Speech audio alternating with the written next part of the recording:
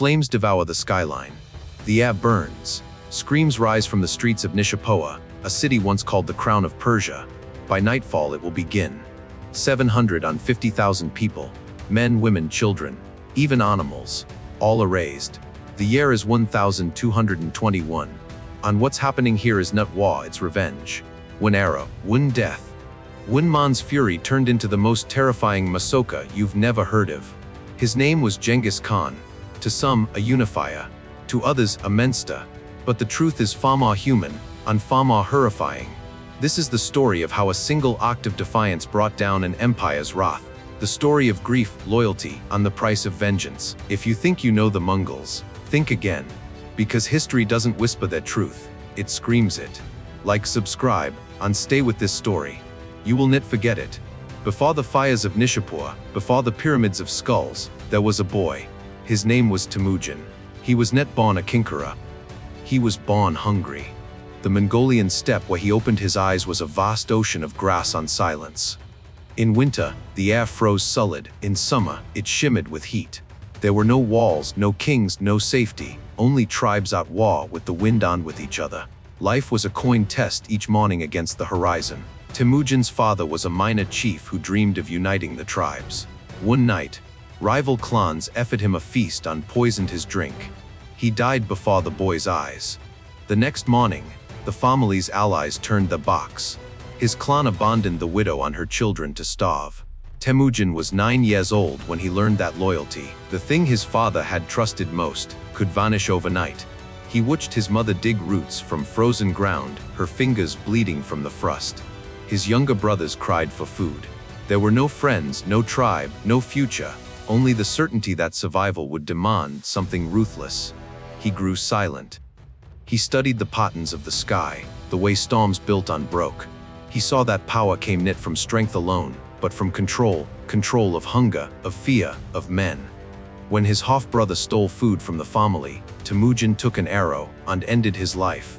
His mother called him a destroyer, a wolf, but the boy did not flinch. He had learned his first law: betrayal deserved only one sentence. From that moment, a new kind of leader began to take shape. One who would not beg for loyalty, he would build it, he would make it sacred. As a young man, Temujin gathered followers from Shatad tribes. They came to him not for gold or bloodline, he had none. But because he promised something new, one else could, order in a world of chaos. Under his command, loyalty was rewarded and cowardice crushed. He gave his men protection, purpose, and a new kind of faith, not in gids, but in each other. They called themselves brothers, not subjects.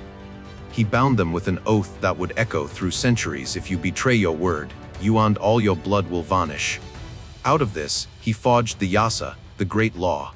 It forbade the killing of women and children among Mongols, punished theft, demanded mercy for travelers, and above all made disloyalty the greatest sin. It was simple, brutal, effective. It turned wandering tribes into a nation. In 1206, after years of battle and alliance, Temujin stood upon the plains of En. Around him, thousands of warriors knelt. The wind tore at their banners. When he was raised upon a white felt carpet, the world changed. They named him Genghis Khan, universal ruler. The title carried not just authority, but destiny. From that day, he was no longer a man of one tribe. He was the embodiment of every tribe's hunger for survival. Under his rule, the Mongols became the most disciplined army the world had ever seen. Each warrior rode with multiple horses, allowing them to cover impossible distances. They could ride for days without stopping, sleep in the saddle, shoot 12 arrows a minute at full gallop. They carried dried meat and milk. They did not need supply lines. They could vanish into the horizon and reappear hundreds of miles away. To their enemies, they seemed supernatural, an army of ghosts riding the wind. But Genghis Khan's genius was not only in war. He valued skill over birth, loyalty over blood. A slave who proved brave could rise to command 1,000 men. A noble who disobeyed could be executed in front of his soldiers. He created an empire based not in lineage but merit, centuries before Europe would dream of such an idea. To his people, he was law. To his enemies, he was the storm itself. By 1218, his empire reached the edge of the Khwarezmian Empire, ruled by Shah Muhammad, a man whose lands stretched across Persia, Afghanistan, and beyond. The Shah commanded millions. He sought out the crossroads of the Silk Road, master of wealth and cities so splendid they seemed eternal. Genghis Khan saw opportunity, knit conquest. He sent a message of friendship. 450 merchants rode west, carrying silk, gold, and his words of peace. I am the ruler of the lands of the rising sun. You are the ruler of the lands of the setting sun. Let there be peace between us. But peace is fragile when pride rules the heart. The Shah's governor in the city of Atra, a man named Inalchuk, saw the caravan and imagined spies. Or perhaps he simply wanted their riches. He arrested the merchants, killed them all, and stole their treasures. When Genghis Khan heard the news, he sent 3 ambassadors demanding justice. The Shah answered by killing one and shaving the beards of the others, a humiliation worse than death in Mongol culture. The message was clear: there would be no peace. Genghis Khan didn't rage, he planned. He summoned his generals. 200,000 riders gathered under his banners. The thunder of hooves rolled across the steppes like the sound of approaching judgment. The man who had once been an outcast boy now commanded the greatest military force the world had ever known. And he would teach the Shah what it meant to break faith with the sons of the steppe. When the storm finally moved west, it was not an army. It was a living organism made of men and horses, of breath and thunder, of silence and death. The Mongols moved as one body, each soldier a cell within a greater will. They crossed deserts that others feared, mountains that others thought impossible. They carried no baggage, no hesitation. The world in that path simply stopped existing. The campaign against the Mongol Empire was not to war in the way men of the West understood war. It was extermination delivered with method. The Mongols did not rush. They studied their enemy. They mapped the stars, the rivers, the grain stores. They used spies, merchants, and deserters. They learned how their opponents thought, and then they broke that pattern. Cities that surrendered were spared and absorbed into the empire. Those that resisted were erased, their names forgotten within a single generation. At the heart of this destruction rode Genghis Khan, calm, deliberate, almost detached. His commanders were chosen for loyalty, knit blood. His generals included Muslims, Chinese, and Turks. He was ruthless but knit blind. He understood the value of fear, how it could travel faster than any army.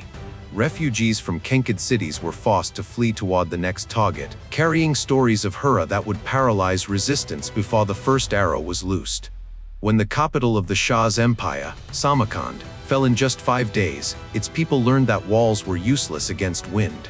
Bukhara, one of Islam's holiest cities, was burned to ash.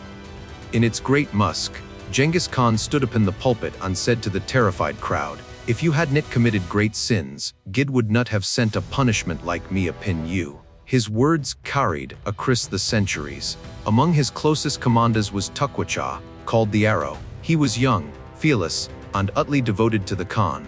More than that, he was family, married to one of Genghis Khan's daughters, a woman of strength and intelligence, whose name the chronicles never recorded. Together they symbolized the Khan's belief that loyalty was stronger than blood, and that the family of faith and discipline would outlast any tribe. By 1220, the empire stretched farther than the horizon. The Mongol Empire, once powerful and proud, was collapsing. The Shah fled west into the mountains, pursued by Mongol detachments that moved faster than rumor. But in his retreat lay one last city, one jewel still gleaming in the Persian sun: Nishapur.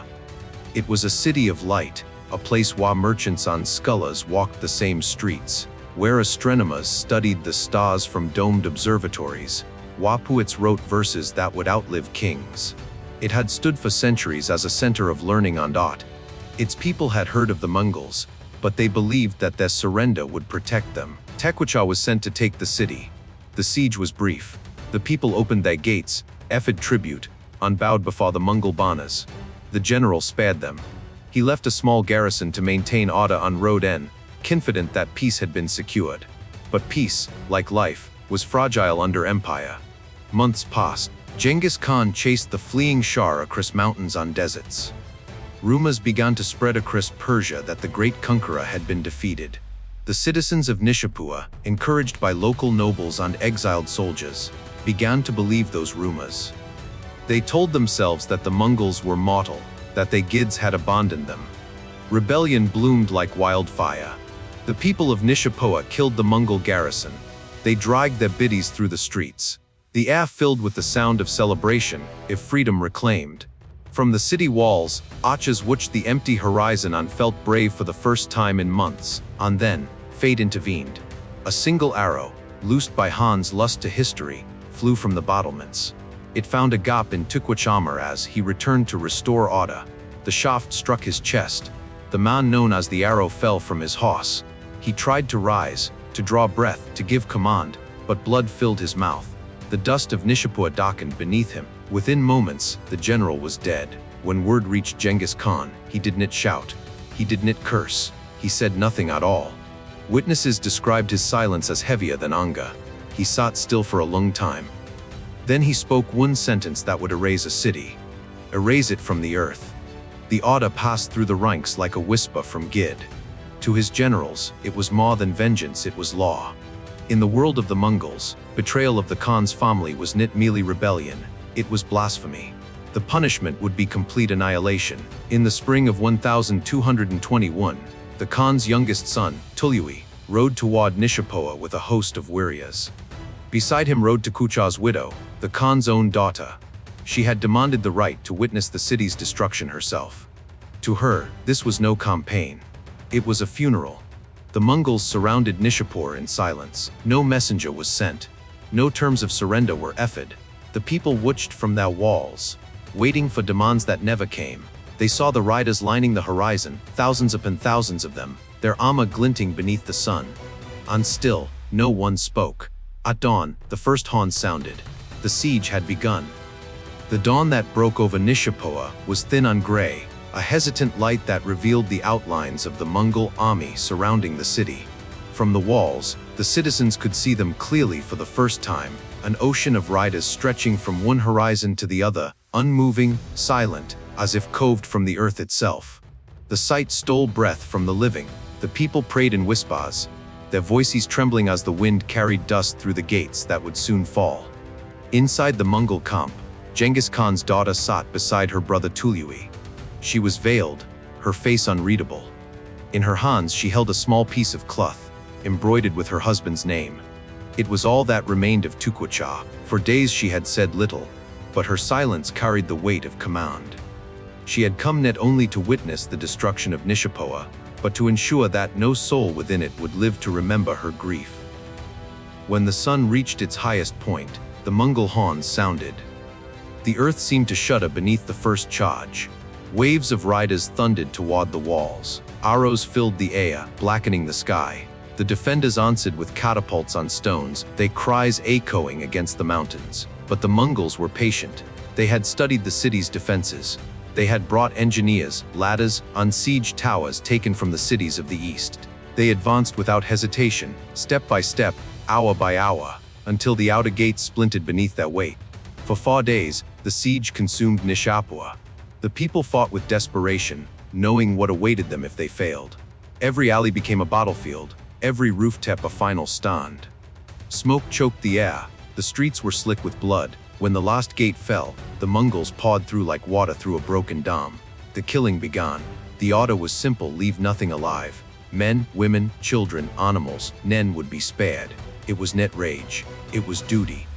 The soldiers moved with mechanical precision, the faces expressionless. Each man had been assigned a number, 400 souls to kill. They worked in silence, blade after blade, hour after hour, until the city's cries began to blur into one continuous sound, the voice of humanity breaking.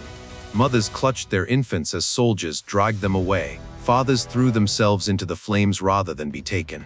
Scholars tried to burn their libraries before the invaders reached them, their manuscripts curling to ash in the firelight.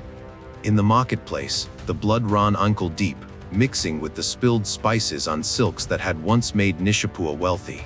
The Mongol princess watched from a hill outside the walls. The wind carried the scent of smoke and iron. She said nothing as her husband's killers perished by the thousands. When an officer approached to ask whether the slaughter should stop, she looked toward the city and spoke her first words since arriving.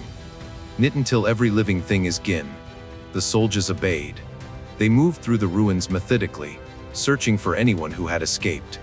They found families hiding in cellars, priests praying in temples, children buried beneath the biddies of their parents.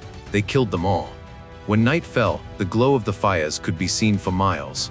The sky itself seemed to burn. In the third day, the Mongols returned to the work, not to kill, but to ensure that death was complete. They decapitated the corpses and stacked the skulls into 3 pyramids outside the city, one for men, one for women, one for children. Each skull was placed carefully, as though part of a ceremony. The towers rose higher than the city walls. When the task was done, the soldiers stepped back and looked at their work in silence. There was nothing left to say. The princess sat in a wooden throne among the ruins, watching until the final wall collapsed. Her veil flooded in the smoke. The ground beneath her was warm from the fires. Some said she smiled, others said she wept. The chronicles do not agree. They only record that when she finally turned away, she whispered a single word: enough. But it was not enough. The destruction had only begun. The Mongols tore down every building, stone by stone. They filled the wells with biddies so that no one could drink from them again. They destroyed the irrigation channels that carried water from the mountains, ensuring that the land itself would die. When the work was done, the fields were sown with salt. Where once there had been gardens and palaces, there was only ash. The Mongols left nothing that could grow again. Nishipoa ceased to exist. Maps would later mark its place as waste ground. The wind that blew across its ruins carried not the scent of roses, but the dry breath of death. Travelers who passed through the plain at dusk said they heard whispers in the dust, the echo of prayers that had never been answered. By the time the army rode away, even the memory of the city seemed to fade. Only the skull pyramids remained, white against the desert, gleaming like monuments to a wrath beyond comprehension. Those who saw them and lived would carry the tale across continents. It would reach Baghdad, Damascus, even the far cities of Europe. It would make men tremble at the thought of defiance. The Khan's daughter returned to her father's cot. No one recorded what she said to him. No one asked. To the Mongols, the vengeance was complete, the law fulfilled. To the world, a civilization had been wiped away. The silence that followed was worse than the screams that had come before. It was the silence of the earth after a storm, a stillness so deep it seemed eternal. In that silence, the age of Nishapur ended, and the legend of the Mongol terror began. Word of the massacre spread like smoke across the world. Cities surrendered before the Mongols even arrived. Nishapur became legend. Resist the Khan, and you will become him, silent, buried, forgotten. Some say this terror saved lives. That one city's death spared many others. But others see it differently. The man who had united the tribes to end Case had become Case itself. A force that knew no limits. A storm that devoured everything it touched. He once said that the greatest pleasure in life was to crush your enemies, to see them driven before you, and to hear the lamentations of their women. To him, vengeance was balance. But the massacre at Nishapur revealed the truth: vengeance never balances, it only multiplies. Centuries later, archaeologists still find the bones beneath the Iranian soil, layers of ash, fragments of pottery fused by fire. The past has not disappeared, it waits, silent, beneath our feet. Empires rise, empires fall, but the earth remembers. The ruins of Nishapur are still there, half buried beneath sand and silence. What happened here was more than history, it was a warning. That loyalty can become madness, that love can become destruction, that vengeance, once unleashed, consumes everything. If you believe history is only about kings and empires, listen closer. It is about choices. The winds made in rage, in pride, in grief. The winds that still shape our world. Because every age has its Nishipoa. Every power carries the seed of its own destruction. And every one of us, if pushed far enough, must ask what would we burn for love? What would we destroy for revenge? This is not just a story from the past. It is a mirror. And when you look into it, you may see more of yourself than you expect.